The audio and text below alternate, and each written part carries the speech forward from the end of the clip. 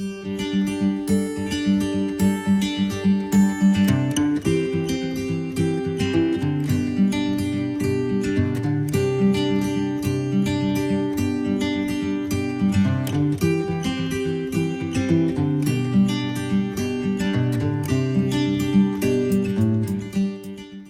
tout le monde, bienvenue sur cette vidéo, bienvenue sur ma chaîne, je m'appelle Mélodie Angevin pour ceux qui ne me connaissent pas et je suis écrivain.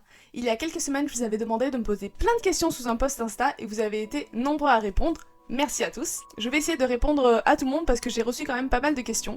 Et je vais pas m'étaler trop sinon la vidéo va durer 10 plombes. C'est parti.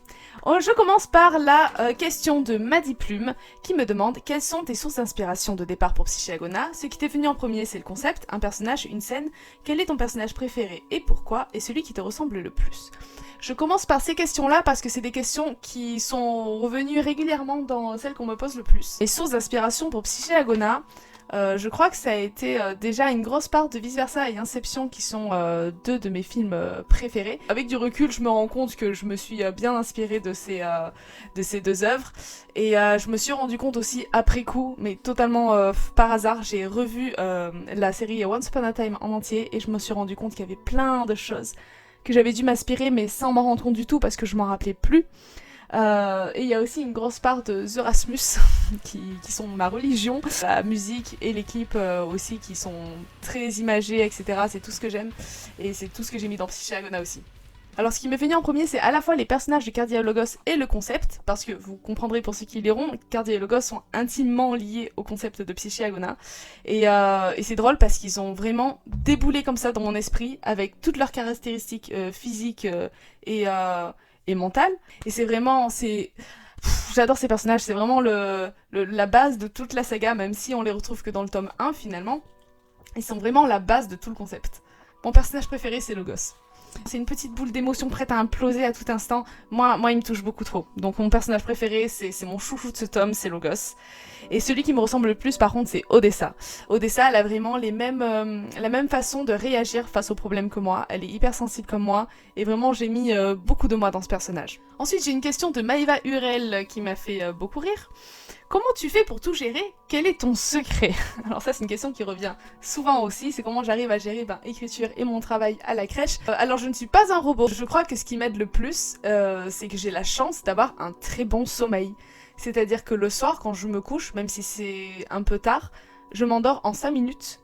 Et je dors jusqu'au lendemain le réveil, sans aucune interruption, et j'ai un très très bon sommeil réparateur. Donc même si je me couche tard et que je me lève tôt, disons que j'arrive à avoir 7 heures de sommeil par nuit. Et du coup, mon organisation, c'est tout simplement que j'écris le matin avant de partir au travail, le soir en rentrant du travail, mes jours de repos et les jours où je termine tôt. C'est fatigant, mais c'est gérable. Ensuite, j'ai Olivia Castle qui me demande « As-tu parfois des baisses de motivation ?»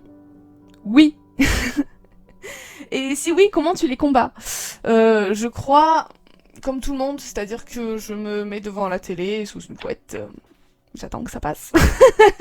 je n'ai pas vraiment de recette miracle, malheureusement. Ensuite, comment t'es venue l'idée d'écrire PA et comment arrives-tu à lier boulot et écriture? Ben voilà, c'est ce que je vous disais, c'est des questions qui reviennent régulièrement. Livre over, ton personnage préféré? J'ai aussi déjà répondu. Ensuite, j'ai Claire Lecoq qui me demande pourquoi avoir intitulé ta saga Psyché-Agona, je suis curieuse. Alors Psyché-Agona, vous saurez la signification en lisant le roman. Il a vraiment failli s'appeler Psychicosmos. C'est vraiment, j'hésitais entre les deux. Et je ne sais pas ce qui a fait que j'ai pris Psyché-Agona finalement, mais je trouve que ça sonne bien.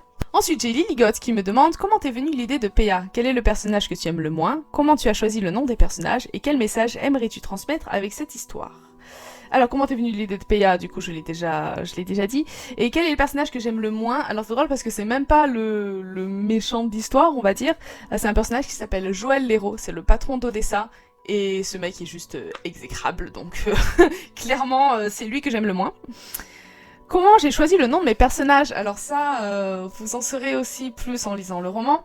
Mais il faut savoir que le nom des personnages n'a pas été donné au hasard. Ils ont tous une signification bien particulière.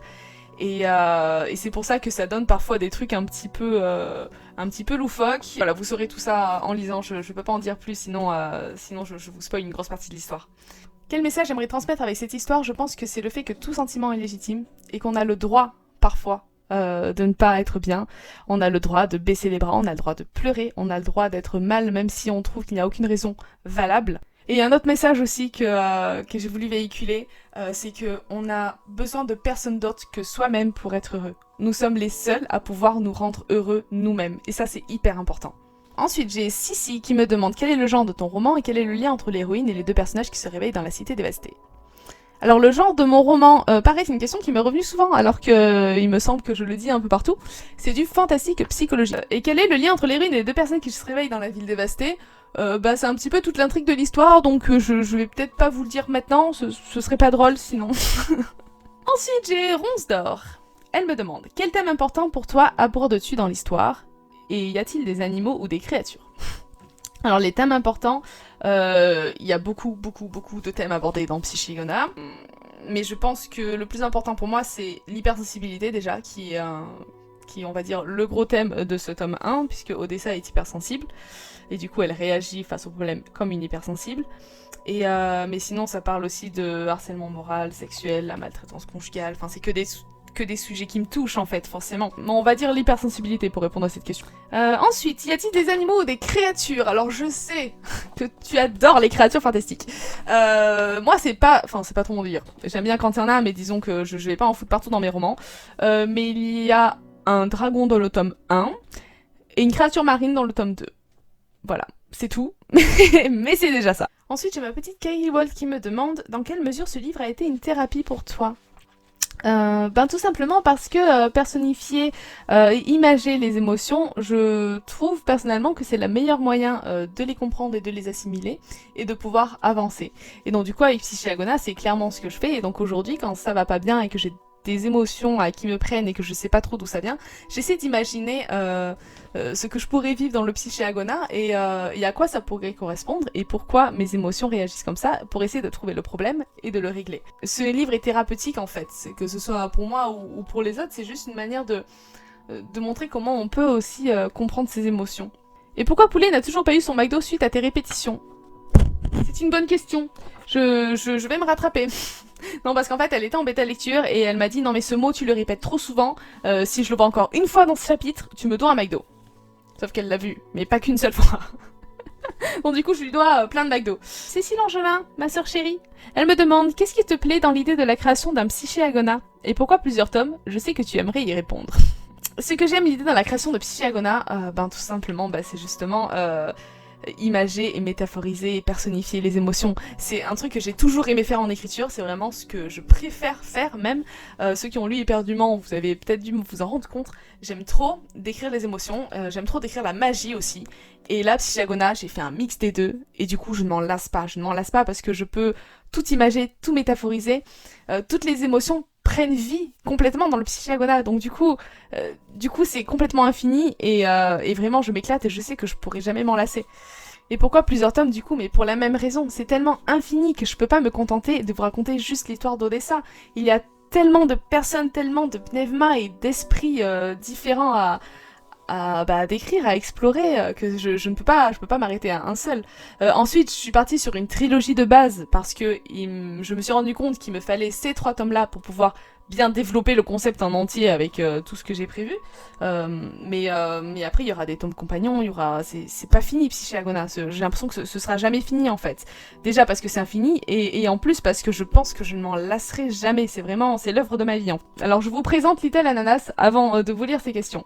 Anaïs, c'est une de mes toutes premières lectrices d'éperdument. C'est une des toutes premières chroniques que j'ai reçues. Et c'est un petit peu... je sais pas comment expliquer, elle a une place particulière, elle m'a toujours soutenue à fond, elle a toujours adoré mes romans, et du coup elle a été bêta lectrice pour le tome 1, mais aussi alpha lectrice du tome 2, c'est la seule aujourd'hui à avoir lu le tome 2, et elle est toujours là pour me booster, etc. Donc... Enfin bref, voilà, je vous mets juste le personnage en condition pour que vous puissiez comprendre ces questions qui sont juste adorables encore une fois. Elle me demande, est-ce que tu es prête au fait que PA devienne un chef-d'œuvre mondial? Beaucoup trop mignonne, t'es beaucoup trop mignonne. Mais en vrai, si ça devait arriver, non, je ne serais pas prête. Déjà, je ne suis pas prête à la sortie, je ne suis pas prête à le savoir lu par des gens que je ne connais pas. Donc clairement, le truc mondial là, non, Je crois que personne n'est jamais prêt d'ailleurs à ce genre de choses. Ensuite, quand tu étais petite, quel métier voulais-tu faire? Alors toute petite, je voulais être chanteuse ou actrice. Ensuite, quand j'ai eu genre 7-8 ans, je voulais devenir fermière. Mais genre vraiment, hein, je voulais ma ferme avec mes chèvres, mes poules, mes vaches, enfin j'étais partie dans mon délire. Mais dès que je me suis casée sur un vrai métier, on va dire, donc genre début collège, j'ai voulu travailler avec les enfants, donc en crèche, où j'ai pensé aussi à faire sage-femme, et je voulais vraiment m'occuper des tout petits, et donc du coup c'est ce que je fais aujourd'hui, donc c'est parfait. Quelle est ma couleur préférée? Question bidon. Question bidon, mais pourquoi pas. Ma couleur préférée, c'est toutes les nuances entre le bleu et le gris. Je sais pas pourquoi. J'aime trop le bleu, le gris bleuté, le bleu gris. Enfin, petit clin d'œil à Poulet encore une fois. Si tu devais choisir qu'un seul personnage de Psychagona, ce serait lequel? Je ne peux pas. Je ne peux pas. Je pense que ce serait Jen ou Logos. Je pense pour Jen. Parce que voilà, Jen, hein, baby Jen, mais vraiment, je peux pas. Kiss Marie Kill version PA1 et version PA2. J'adore cette question. Alors, Kiss Marie Kill version PA1. Je pense que je kiss Logos. Je marie Elpida. Parce que Elpida, trop bon mari, quoi. Et je kill Joël Léraud, hein, clairement, voilà, hein, sans regret.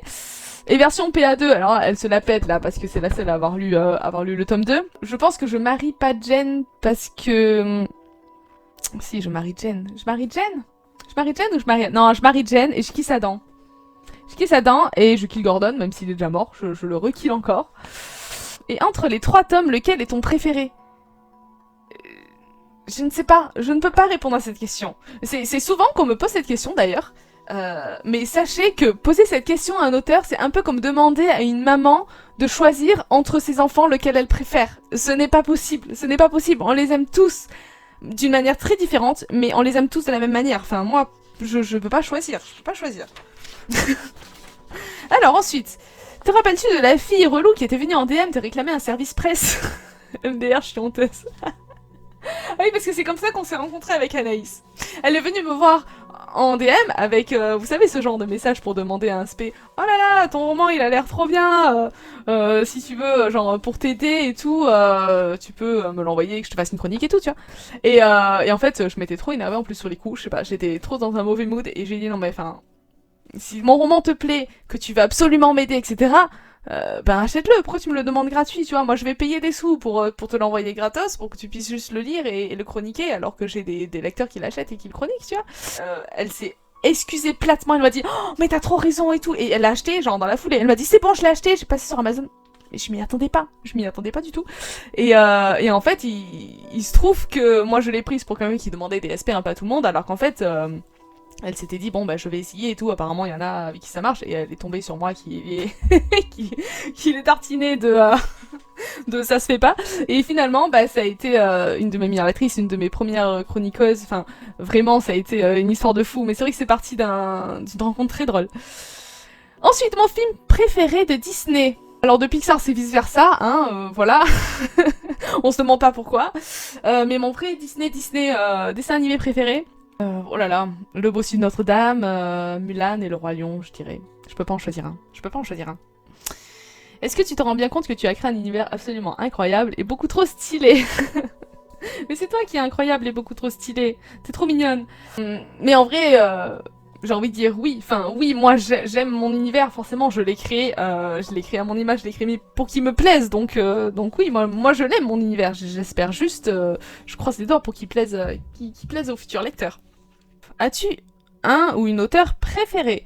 Alors c'est drôle parce que jusqu'à présent, je m'amusais à répondre à cette question par Michael Billy, tout simplement parce que ce n'est pas juste un auteur, c'est aussi mon meilleur ami, donc forcément, de tous les auteurs, mon préféré c'est lui, parce que je l'aime pas que en tant qu'auteur. Mais récemment, là, j'ai lu La passeuse de mots et ça a été gros coup de cœur, ça a été, c'est officiellement mon livre préféré avec Mardas, et donc du coup, je pense que je peux classer Alric et Jennifer Twice dans mes auteurs préférés, parce qu'en plus d'avoir écrit ce chef-d'œuvre, ils sont adorables, ils sont super choux sur les réseaux sociaux et tout, enfin ils te répondent, ils sont très abordables et tout en plus, donc Donc ouais, on va dire Michael Bieli et Jennifer et Alric Twice. Ensuite, j'ai Solune qui me demande si tu devais résumer ton ou tes personnages avec un seul mème, ce serait lequel? Passion mème, oui oui. Non mais moi aussi j'ai la passion des mèmes. J'ai adoré cette question. Je suis allée sur internet chercher un mème qui pourrait correspondre et j'en ai créé un que je trouve personnellement parfait et qui pourra faire écho à tous les auteurs. C'est celui-là. Ensuite, j'ai l'imaginaire qui me demande quel est le perso de PA qui te ressemble le plus. J'ai déjà répondu à cette question. As-tu parfois envie de secouer, baffer, engueuler tes persos? Oui, oui, oui, oui. Complètement, puisqu'ils en font toujours qu'à leur tête, ils se détournent du plan, et surtout Cardia, j'ai jamais réussi à la gérer, enfin vraiment... ouais, non, ils m'ont énervé, Ou dans quel pays se passe l'histoire? En France. En France, alors il n'y a pas de nom de ville, parce que j'ai trouvé que c'était pas forcément nécessaire de placer exactement une ville, mais ça se passe dans le sud de la France à peu près, quoi, voilà, comme éperdument, quoi. Entre Montélimar et Marseille à peu près, voilà. Quel est le genre de ta trilogie? J'ai déjà répondu aussi, du fantastique psychologique. Y a-t-il des personnages LGBT+? Non. Dans le tome 3, j'ai un homosexuel, mais c'est vraiment... C'est pas ton... Enfin, j'ai pas envie de mettre des personnages LGBT juste pour mettre des personnages LGBT, en fait. Et vu que c'est pas forcément trop mon délire, disons que si, voilà, ce personnage-là est apparu homo, il sera homo, mais c'était pas forcément volontaire ni rien, quoi. Donc, sinon, non, voilà. Et ensuite, peux-tu nous donner des tips pour créer des intrigues? Je saurais pas trop donner de conseils, en plus il y a beaucoup d'auteurs tubes qui font déjà ça et qui font plein de conseils d'écriture qui sont très utiles. D'ailleurs, moi à un moment donné je m'en suis gargarisée et ça m'a beaucoup aidé à améliorer ma plume, mon style et tout ça. Mais je pense que le vrai conseil que je donnerais et qui m'a aidé moi, c'est de ne pas avoir peur de ses idées. Pas avoir peur d'aller jusqu'au bout de votre délire, même si vous avez l'impression que personne va vous suivre. Clairement, c'est ce conseil-là que c'est Michael Bieli d'ailleurs qui me l'avait donné. C'est ce conseil-là qui m'a fait aller jusqu'au bout de mon délire avec Psyché Agona, parce que clairement j'étais là, non mais personne va comprendre, tout le monde va dire mais what, c'est quoi ce truc? Mais je suis allée au bout de mon idée et au bout de la chose, et vraiment il faut pas avoir peur de se brider en fait, c'est ça. Faut pas se brider, il faut aller jusqu'au bout de votre truc. Et ensuite c'est tout, j'ai plus de questions, dis donc. Merci à tous en tout cas pour ces questions, j'espère que ces réponses vous auront plu, et j'espère qu'on pourra faire une autre FAQ quand Psyché Agona sera sorti et quand certains d'entre vous l'auront lu. Voilà, on pourra faire peut-être des questions directement sur le bouquin, ou peut-être une vidéo avec une partie spoil pour ceux qui l'ont lu. Ça pourrait être pas mal, je pense qu'il y aurait beaucoup plus matière à poser des questions, donc je pense que je ferai ça peut-être, je sais pas, dans l'année, et voilà. Merci à tous d'avoir regardé cette vidéo, c'était très cool en tout cas, et je vous dis à très vite sur Insta, sur YouTube j'espère, et surtout n'oubliez pas la sortie de Psyché Agona qui est bientôt. Allez, je vous embrasse mes choupinous. Mouah.